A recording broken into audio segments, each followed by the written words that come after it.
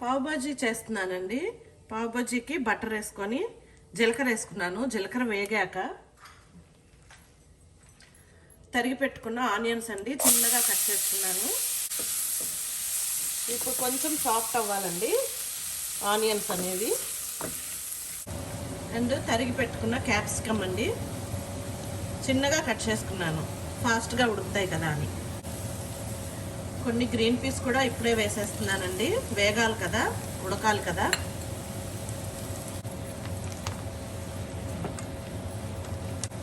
తురిమిన కాలీఫ్లవర్ అండి, తురుముకున్నాను cauliflower.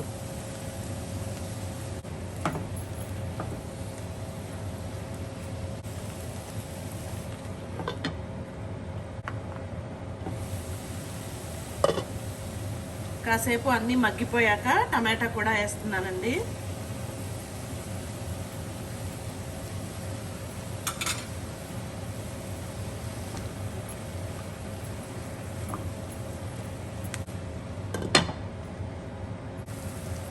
Salt వేస్తున్నానండి. ఇప్పుడు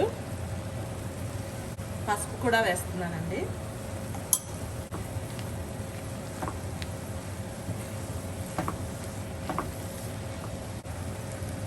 బాగా మంచిగా రెడ్ కలర్ రావడం కోసం ఒక చిన్న ముక్క బీట్రూట్ తురిమి వేస్తున్నానండి.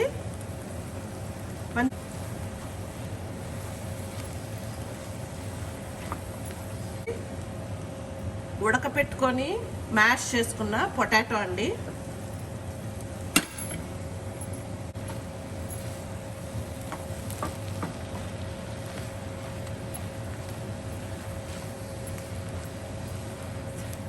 ఇప్పుడు దీంట్లోకి మిక్సీకి వేసుకున్న గార్లిక్ మరియు red chilli, Kashmiri red chillies అండి పేస్ట్ వేస్తున్నాను.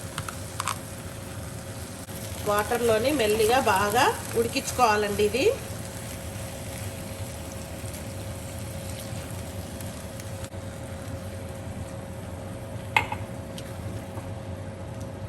చిన్న మంటతో బాగా మెల్లిగా ఉడికించుకోండి. మూత పెట్టేస్తే అదే ఉడుకుతూ ఉంటుంది, మధ్య మధ్యలో వచ్చి కలుపుకుంటూ ఉండండి. బాగా ఇది ఉడికి బాగా మ్యాష్ అయిపోవాలండి, ఆ విధంగా ఉడికించుకోవాలి. ఇది ఇంకా దీంట్లోకి పావు బజ్జీ పౌడర్ అండి. నేను ఇంకా ఈ పావు బజ్జీ పౌడర్ ఎలా చేయాలనేది మీకు వీడియో చేయలేదు, ఇది కూడా ఒకసారి చేస్తానండి. ఇది హోమ్ మేడ్ పావు బజ్జీ పౌడరు.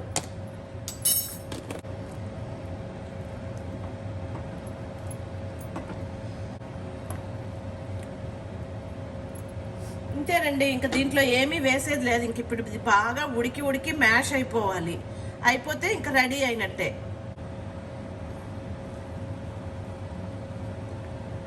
పైన కొత్తిమీర కూడా వేస్తున్నానండి. మళ్ళీ తర్వాత అంతా ఉడికాక మళ్ళీ వేస్తాను. ఇప్పుడు ఉడికే కొద్దిగా వేసేసి అది దీంతో పాటు ఉడికిచ్చేస్తాను. చూడండి, ఇది మళ్ళీ పైన డెకరేషన్ లాగా చల్లుతానమాట. అంతే, పావ్ బాజీ రెడీ. మీరు కూడా అందరు చేసుకొని ఎంజాయ్ చేయండి.